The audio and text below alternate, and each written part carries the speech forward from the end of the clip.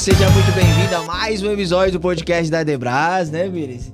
E hoje, Biris, a gente tá com uma convidada super especial, Biris. Quem é ela? Biris, nós estamos falando de quem, Biris? Ela é uma mulher muito especial pra nós aqui da igreja Debras Atlanta. Quem é ela, PH? Meu Nós Deus. estamos falando da pastora Tatiana. Vamos aplaudir o Senhor, gente? Vamos aplaudir o Senhor. Não estremeçam esse auditório, pelo amor de Deus. É muito barulho, gente. Porque muito barulho. foi muito difícil trazer essa mulher aqui.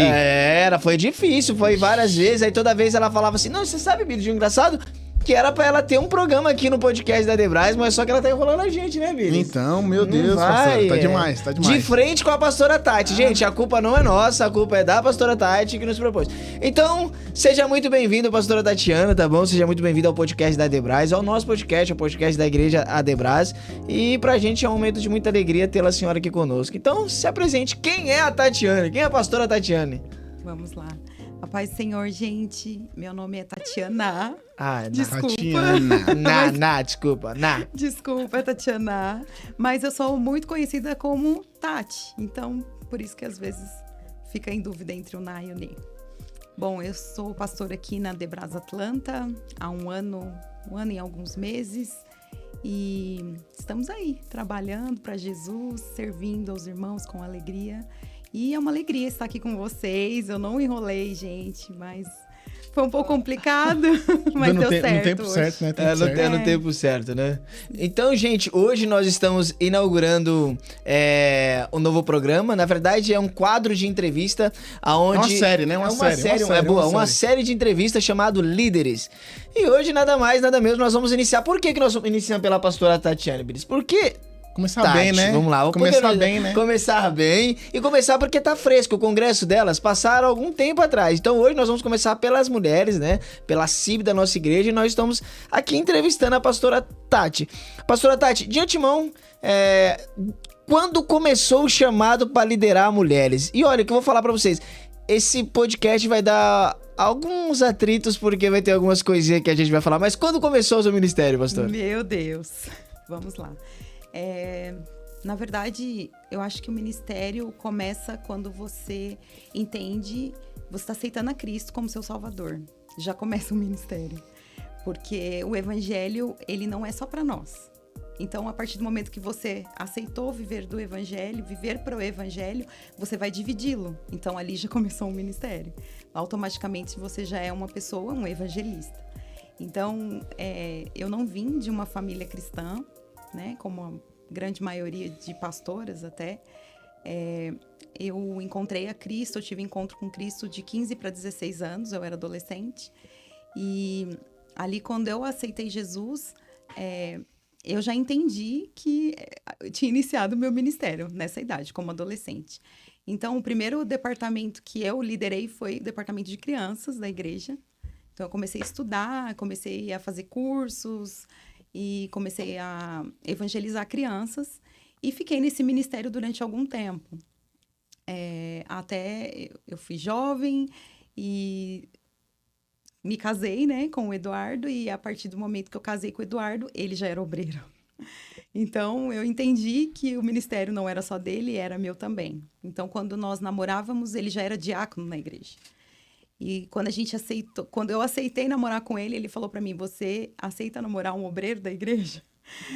Porque eu sou obreiro, então a gente vai namorar e vai casar, né? Então, foi tudo muito rápido. Isso eu tinha, quando a gente começou a namorar, 17 para 18 anos. Com 19, nós nos casamos. E ali, o Eduardo já estava galgando o ministério, né? Ele foi diácono, foi presbítero, foi evangelista. E ali eu sempre ajudando, auxiliando. E aí eu também fui consagrada, fui auxiliar de escala na igreja, fui diaconisa, fui missionária, tinha um cargo antes, né? Que as esposas de obreiros eram missionárias. Depois o bispo mudou isso. E aí depois fui pastora. Então, eu não sei dizer para vocês quando começou o ministério a liderar mulheres. Porque isso foi acontecendo de uma forma muito natural. Eu já auxiliava os meus sogros, que eram pastores presidentes de um campo muito grande. Então, existia muito trabalho e a minha sogra era alguém que gostava de ensinar.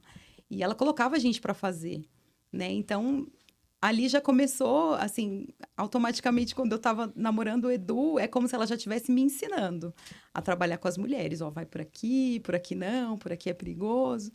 Então, foi tudo muito, muito precoce, eu diria para vocês, porque foi tudo acontecendo muito rápido na minha vida. E aí, quando o Eduardo assumiu o campo que o meu sogro presidia, eu tinha 28 anos. E nessa data, o bispo pegou, olhou para mim e falou: ajoelha aqui, menina. Desse jeito. Aí eu ajoelhei ele: hoje você vai ser consagrada pastora. Meu Deus. Você não vai ser consagrada pastora lá na convenção, você vai ser consagrada aqui, na sua igreja mesmo. Para todos os irmãos entenderem que agora você vai ser a pastora na igreja. E assim, eu era muito jovem, não vou dizer, mas eu arrisco a dizer a mais nova consagrada no estado de São Paulo, com 28 anos. Foi uma surpresa para mim e para todos que estavam ali naquela festa da jubilação do meu sogro. Então, basicamente, veio o ministério, com mulheres, foi iniciado assim, dessa forma, bem rápido. Desde o começo da sua liderança até hoje, qual foi o maior desafio que você já enfrentou como líder? E como você fez para superar essa situação? Olha, são muitos desafios. Eu diria que ser pastora na América foi o meu maior desafio até hoje. Tem sido o meu maior desafio. Tem sido uma desconstrução de tudo que eu vivi no Brasil. Me adaptar às mudanças e conseguir entender a cabeça da mulher imigrante para poder amá-la, para poder aprender a servi-la e construir uma relação ministerial na igreja boa. Então, eu diria que pastorear na América é o maior desafio, com certeza. E não é fácil liderar mulheres, né? Porque um gênio mais forte, outro mais, né? Esse é um dos pontos fortes, né? Porque a gente fala de liderar uma criança, liderar uma adolescente, o HD dele está vazio. Uhum. Agora, liderar uma mulher está com o HD completamente... Já está formado. Já está formado, cheio de informação. E muito provável, a senhora já lidou com alguns casos complicados de algumas mulheres que não aceitavam.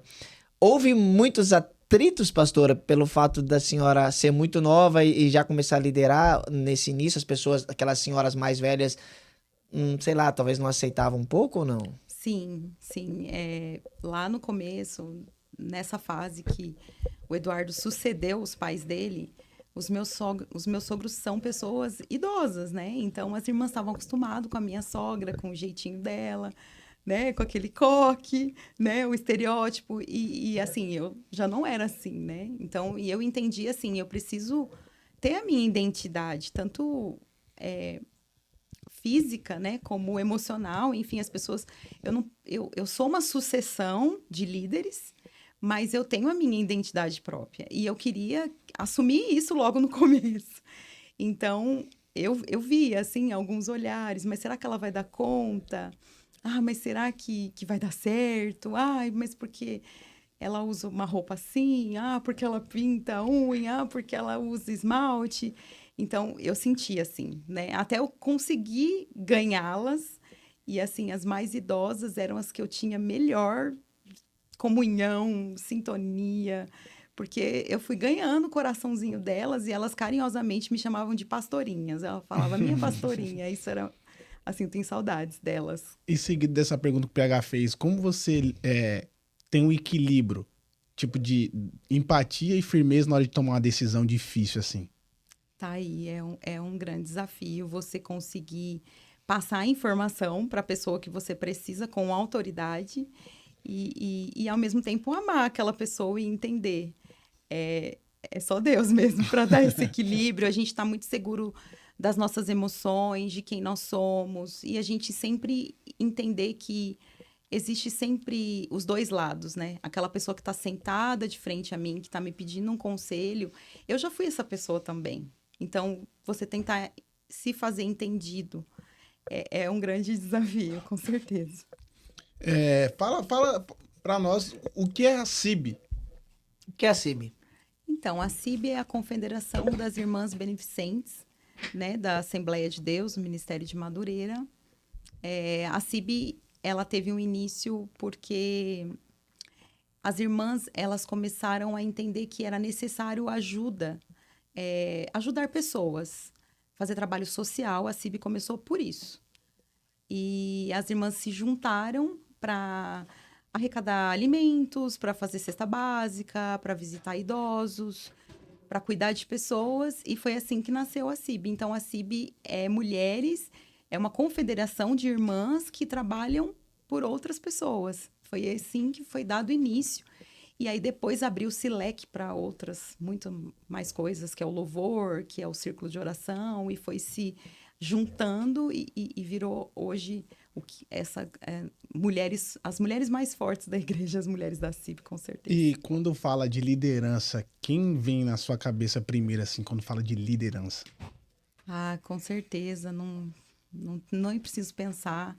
É a saudosa Bispa Keila, minha líder. É alguém, assim, que nunca vai sair da minha mente. É alguém que me ensinou, me discipulou, puxou minha orelha. Alguém que eu estive perto, que eu tive o privilégio de estar perto e aprender com ela. Com certeza, Bispa Keila Ferreira. Pastora, qual que é a diferença de liderar no Brasil, mulheres, e liderar aqui? Tem uma diferença?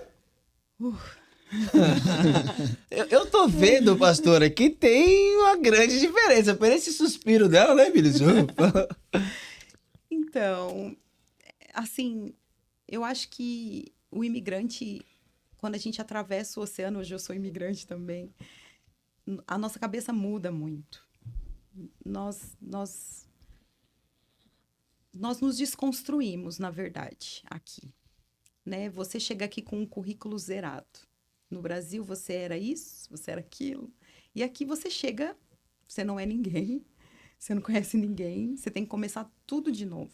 Até para você fazer uma amizade, é do zero. Né? Então,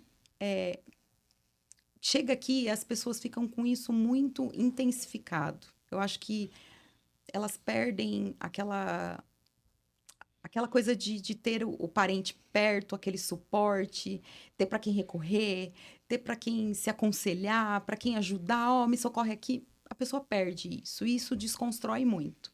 Então, isso mexe muito, e a mulher é pura emoção. Né? A gente tenta ser razão, mas, na verdade, a mulher, ela é muito emocional. Então, isso mexe muito com ela.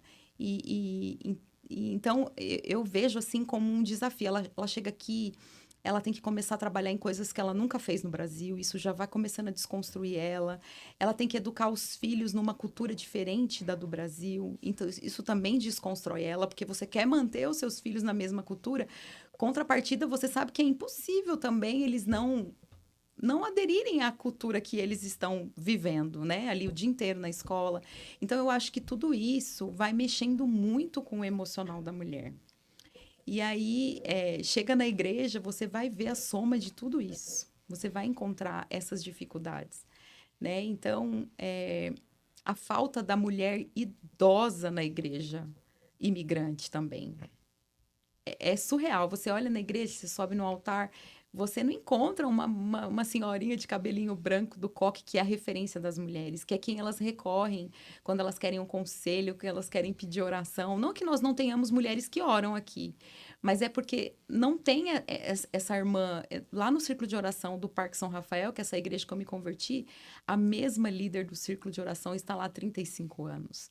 35 anos. Ela é referência, sem dúvida nenhuma. Entra pastor, sai pastor, ela continua sendo referência. Então, isso faz falta aqui na América. Né? Então, as mulheres se aconselham, as mulheres buscam esse exemplo. E aí eu vejo que isso falta aqui, sabe? O fato da mulher trabalhar muitas horas aqui. De um trabalho, a grande maioria em trabalho braçal. Isso também deixa a mulher exausta fisicamente, para poder vir para a igreja. Muitas delas não têm tempo nem de chegar em casa, tomar um banho, né? Eu vivo essa realidade também aqui. Então, eu sei o quanto é difícil ser imigrante. Por isso que é tão desafiador pastorear, liderar mulheres imigrantes, com certeza. As do cabelo liso é considerado também as do coque? Não, é uma dúvida que eu eu tenho, não sei. Aquelas que tem o cabelo liso também, elas são consideradas do coque? Pra mim começar a ficar com medo, porque de repente vem outro cabelo liso, aí eu paro. Mas aí não tem o coque? Aí não tem o coque, aí eu tenho porque medo. é liso, pai. O cabelo é liso, aí não precisa amarrar. Ah, não precisa Quando amarrar. tá duro. Então eu posso ficar com medo, então eu posso ficar com medo, né, pastora? Então eu posso ficar com meu medo. Deus. Por mais que tá cabelo Chanelzinho, então é considerado do coque também. Já. Quais as descrições da mulher do É, coque? eu quero- qual Quais que é? são as descrições da mulher do coque? Eu queria saber isso. Gente, a mulher do coque mudou, né? Tá atualizado. Tá atualizada. 2.0, mulher do coque 2.0, tá bom, mulher do coque? Então, gente, a mulher do... Hoje, nós não usamos mais coque no geral, né? Graças a Deus por isso. Às vezes até eu uso, porque eu gosto. Mas não é uma obrigação mais na igreja, né? Os usos e costumes era muito forte na Assembleia de Deus. Muitas coisas se passaram e tudo novo se fez. Literalmente, o coque caiu, né? A essência tem que manter, que é as mulheres de oração, que é as mulheres que pagam o preço pela igreja, que são as colunas da igreja, né? São as antigas irmãs do coque, são aquelas que permanecem, mesmo sem o coque, ali pagando o preço em oração por todos nós. Então a do coque é a versão 2.0, mas elas continuam perigosas. Continua. Sim, Elas continuam apontando, Tem falando o assim, raio-x de tem o Deus. raio-x ainda, ela continua assim, diz o Senhor, ela continua assim, né? Você tem alguém Opa. da sua família que é assim? Tipo sua mãe, sua avó, sua Olha. tia? Não tenho, não. Mas eu tenho, assim, amigas de igrejas que nós passamos, que até hoje elas me ligam, eu falo assim, meu Deus, Eu tenho um recado. a irmã Raio-X já me ligou. Meu Deus. Mas daí eu corria. Eu lembro, eu até falei no podcast passado que as mulheres lá do círculo de oração da minha igreja, eu tava com um BOzinho lá em casa, eu falava, vou pôr um círculo de oração porque vai ter revelação e vai entregar alguma coisa, porque elas são perigosas. Quando elas vêm com aquele tamanco lá, não sabia falar direito, né? Não sabia falar muito bem, né? Mas elas, assim diz o Senhor, e apontava, eu falei, meu Deus. E quando a gente tava em pecado, então, pastora, aí... corria, né? aí Quando você tava lá no banco de trás. Ah, Deus te viu aí atrás. Eu falava, viu? Não, a gente não via. Mas, pastora, brincadeiras à parte, né? Qual que é a importância vou citar o CIB, chamar o CIB de círculo de oração, tá bom? Embora vai vir aqui o círculo de oração. Mas qual que é a importância do círculo de oração, do grupo de mulheres na igreja? Olha, eu acho que não tem como uma igreja permanecer bem, uma igreja aberta, sem as irmãs que oram. É a marca registrada. Vou falar da nossa denominação, porque nós congregamos na Assembleia de Deus, então vou dizer por nós. As irmãs são o alicerce, a coluna da igreja. Não tem como uma igreja, como obreiros ficarem de pé, como jovens, adolescentes, crianças. Como a igreja permanecer de pé sem as irmãs que pagam preço em oração? Isso não, para mim, não existe possibilidade de uma igreja sobreviver sem ter essas mulheres que oram. Pastora, o congresso das irmãs foram posicionadas. Eu queria fazer uma pergunta para a senhora. Qual a importância da mulher estar posicionada no século XXI, dentro da igreja, dentro de casa? A mulher posicionada... Sem posicionamento, você não vai conseguir ter êxito em nada. Você não vai conseguir ter êxito na sua família, na igreja em que você congrega, no seu trabalho. Se você não tomar uma posição e entender para o que você foi chamado, você não vai ser feliz, você não vai conseguir produzir. Tem que existir em todas nós, né, falando de mulheres, um posicionamento especial. Um posicionamento principalmente dentro das nossas casas. Se não existir um posicionamento da mãe, o filho vai perecer. Se não existir um posicionamento da esposa, o marido vai perecer. Então, se não existir o posicionamento da mulher dentro da igreja, quem vai estar orando? Quem vai ser a coluna da igreja? Então, o posicionamento é o grande desafio da mulher do século XXI. Ela saber para o que ela foi chamada, ela saber o propósito que Deus tem na vida dela e ela tomar uma posição e fazer com que isso mude vidas. Mude não só a vida dela, mas a vida de quem está por perto. Pastora, eu sei que esse congresso ele foi muito importante, não só para as mulheres, né? Mas para toda a igreja, né? Porque eu aprendi a me posicionar nesse congresso, ele falou muito forte comigo. em vários âmbitos, na minha casa, eu me posicionar como pai, me posicionar como um esposo, me posicionar como um profissional na onde eu trabalho, né? É, quando veio esse tema na mente de vocês? Quando surgiu? Não, chegou o momento da igreja se posicionar, das mulheres se posicionar. Como surgiu esse tema? Isso foi o ano passado, nós estávamos orando e eu conversando com as irmãs da diretoria para escolhermos um tema e a gente percebeu o quanto as mulheres ficam em dúvida, sem saber para o que elas foram chamadas, o que elas deveriam fazer, qual é o lugar delas, uma perca de identidade, né? No caso da mulher, que era o departamento que a gente estava ali questionando. A gente vê uma perca de identidade, a gente vê, assim, uma falta de equilíbrio nas decisões. E aí foi quando Deus colocou no meu coração o tema de Esther, né? Que quando Esther se posicionou, ela viu ali que o povo dela ia morrer se ela não tomasse uma posição. E ela foi confrontada ali e ela tomou uma posição. Não, vou fazer um jejum e vou para cima, vou lutar. E aí foi da onde veio a posição. Esther tomou uma posição para o povo não morrer. Então, e eu como mãe? Eu estou tomando uma posição? E eu como esposa? Eu estou tomando uma posição? Como mulher na igreja? O que eu tenho feito? E foi da onde surgiu o Posicionadas. Como nós estamos falando de liderança, pastora,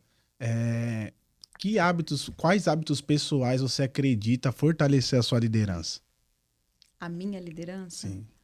Eu acho que, basicamente, é não esquecer de onde a gente veio, sabe? É não esquecer as suas raízes.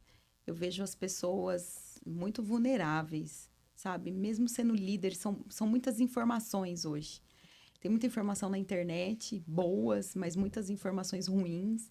E eu vejo as pessoas oscilando muito naquilo que elas foram chamadas, sabe? Elas ficam ali, um dia aqui, um dia ali. Então, assim, você não esquecendo da sua raiz, da onde você veio, para o que você foi chamado, para você não se perder na sua liderança. Principalmente nós que estamos aqui do outro lado do oceano. Acredito que seja muito importante. Pastora, esse é um quadro que nós estamos fazendo. Quadro, né, Bici? Você chamou quadro? Não, Série? uma série, Uma né? série, é verdade, uma série de líderes. Vai vir aqui líder da Frente de Jovem. Frente Jovem, Yes. de adolescente. Camiseta. Já tá a camiseta. E eu gostaria realmente de falar sobre a Frente Jovem. Eu sei que eles vão vir daqui a alguns dias, mas qual que é essa importância? Porque um jovem e uma adolescente já começando a deslumbrar o futuro para ser uma mulher valorosa, né? Essa seria a ideia da Frente Jovem? Sim, a Frente Jovem é um projeto que nasceu no coração da Bispa Keila. E outro dia alguém me fez essa pergunta e eu dizia que a CIB não foi a Bispa Keila que criou, né? Foi a missionária Zélia. Mas ela deu continuidade muito bem a esse trabalho. Mas a Frente Jovem, especificamente, foi uma visão que Deus deu para a Bispa Keila. Então, quando ela teve essa visão, ela explicava para a gente que ela via muitas meninas meio que perdidas. Elas estavam ali jovem na igreja, algumas faziam parte do grupo dos jovens, outras do grupo dos adolescentes. Mas mesmo assim, nessa parte de ser sucessora da mãe, e quando elas iam se casar, elas ficavam meio perdidas. Espera aí, eu não sou do círculo de oração porque eu não sou uma senhora. Eu não sou uma menina porque eu já me casei. E aí ela falou que via as meninas confusas com isso. E foi quando Deus colocou no coração dela, já vamos começar a ensinar essas meninas a como ser as nossas sucessoras, mas de uma maneira natural. Não por imposição, agora você casou, agora você vai. Não, algo natural. Já vamos colocar elas no nosso meio. Já vamos colocar elas no meio da oração? Já vamos colocar elas para trabalhar. Vamos colocá-las no altar? Então, vamos inseri-las, porque quando isso acontecer, vai fluir de forma natural, elas não vão sofrer. Não vai ser algo que vai trazer um sacrifício. Vai ser algo que vai acontecer de forma muito leve. E ela sempre falava isso pra gente. Então, quando nós assumimos aqui em Atlanta, eu falei, não, eu preciso trazer esse projeto que foi bispa, né? Que Deus mostrou para ela, que deu a visão a ela.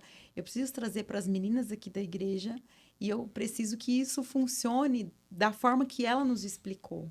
De uma forma leve, de uma forma que seja prazerosa para elas. Então, é isso. A Frente Jovem, ela vem realmente para formar sucessoras. Nós não queremos perder essa sucessão, né? Então, a gente acredita nessas meninas que nós estamos aí inserindo no nosso meio. Pastora, quando você já falou aqui diversas vezes e você citou a bispa. Eu acredito que quando algumas pessoas morrem, algumas pessoas deixam herança e outras deixam legado. E herança que você deixa para a pessoa, legado que você deixa na pessoa.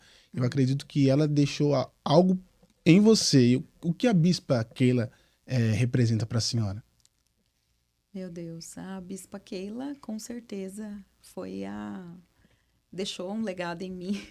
Até no congresso tinha bastante pessoas do Brás, né? Acabou juntando bastante pessoas que eram do Brás, da sede, de São Paulo especificamente, e elas falaram, eu fiquei bastante emocionada, eu acho que foi o maior elogio que eu podia receber na minha vida. Uma das irmãs que eram da diretoria da Bispa Keila, a missionária Miriam, ela me abraçou e falou, Tati, eu vi tanto da Bispa em você esses 3 dias.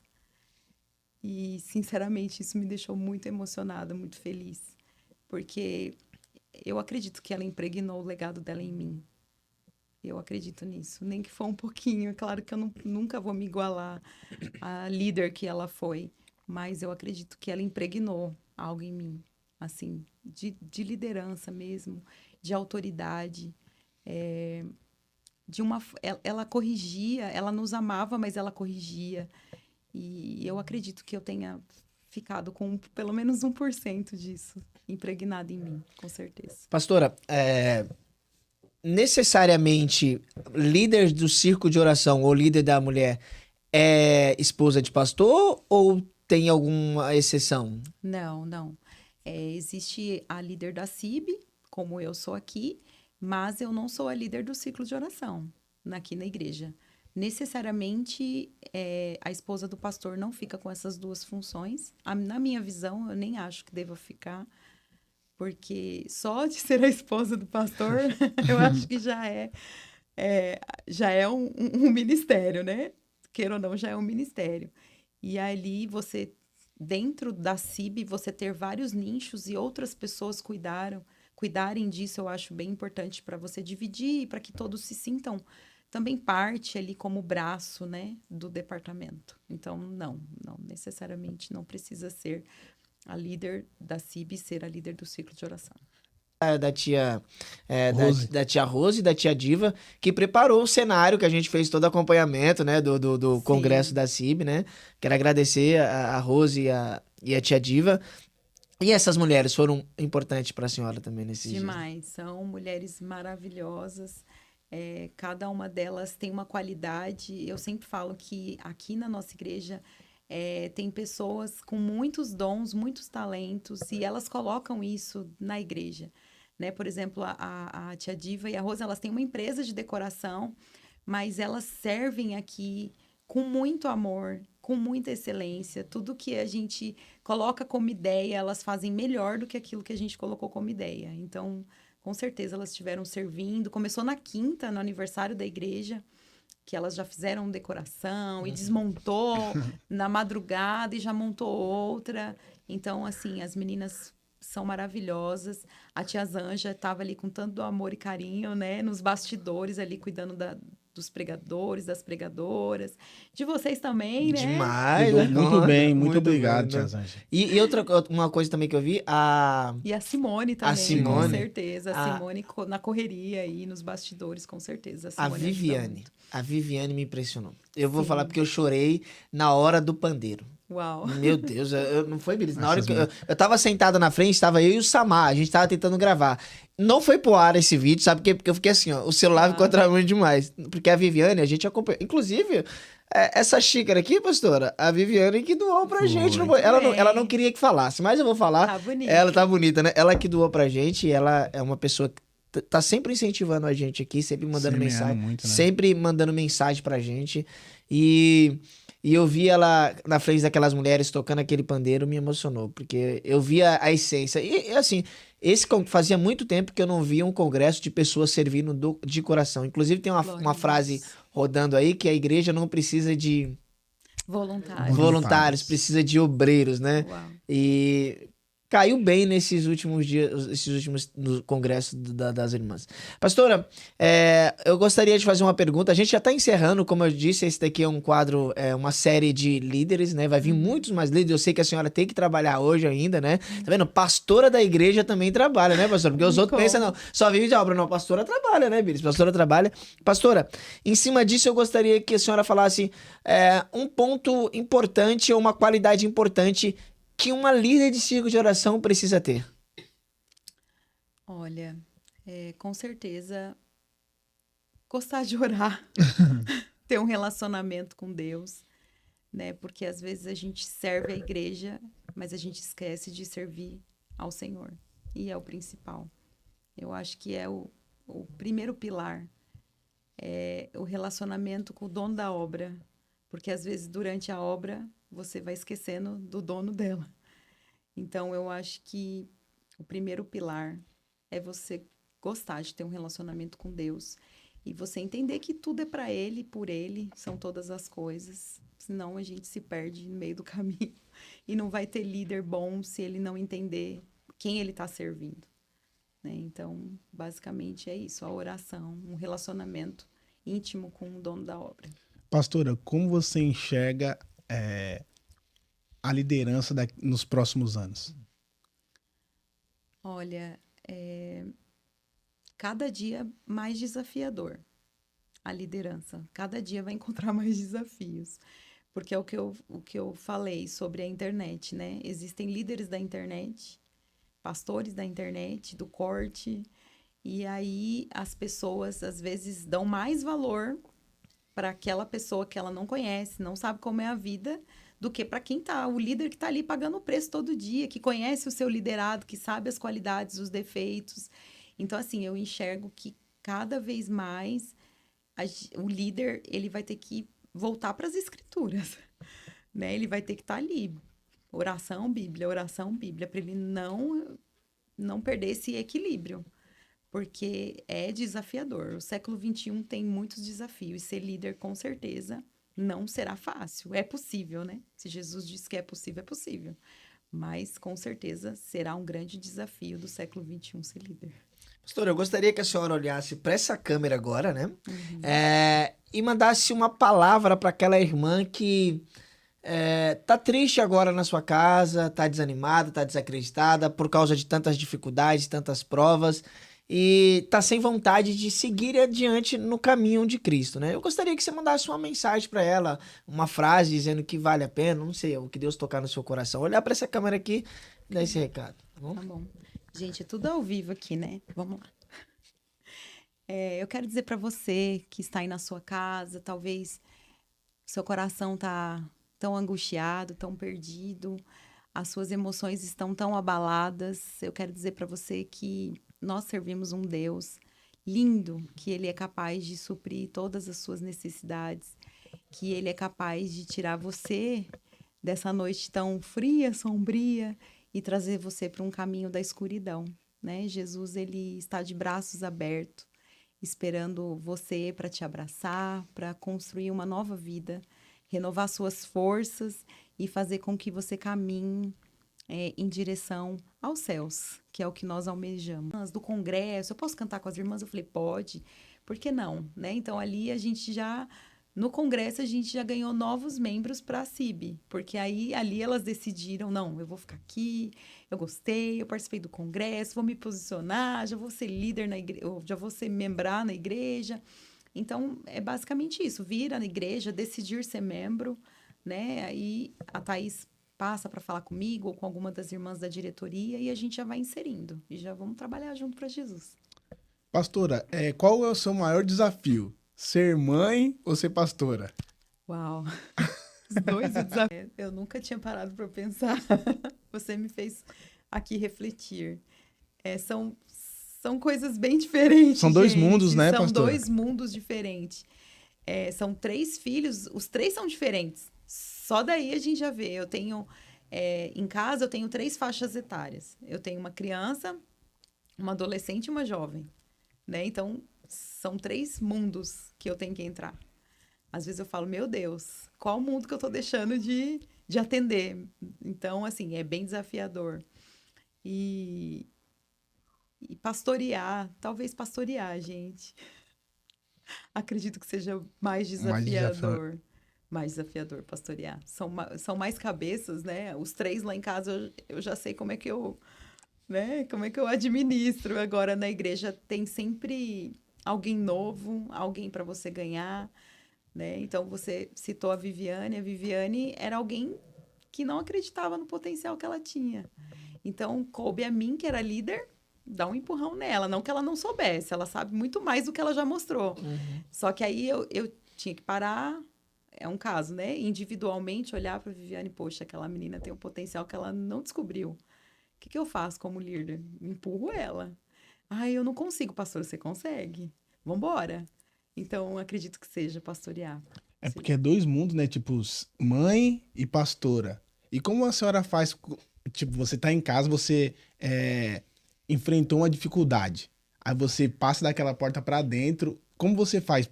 Pra mudar, assim, não de colocar uma máscara, mas mudar a versão, né? Falar, agora eu sou pastora aqui, eu não sou mãe. Eu tenho que mudar essa cara. Independente do que aconteceu lá em casa... É aquela coisa, engole o choro e vai, né? Porque é terrível. Minha mãe me ensinava isso. Quando eu tinha algum desafio, eu lembro desde criança, ela falava pra mim, ó, minha filha, tá com medo? Vai com medo mesmo. Então, assim, enxuga a lágrima e vai. Então, a gente sabe que nós somos seres humanos, a gente tem todos os sentimentos que todo mundo tem, não é porque é pastor, porque é pastora, existe algo espiritual que seja diferente nesse sentido, mas você tem que ter maturidade, né? E tem que ter equilíbrio dos seus sentimentos. Olha, eu estou aqui.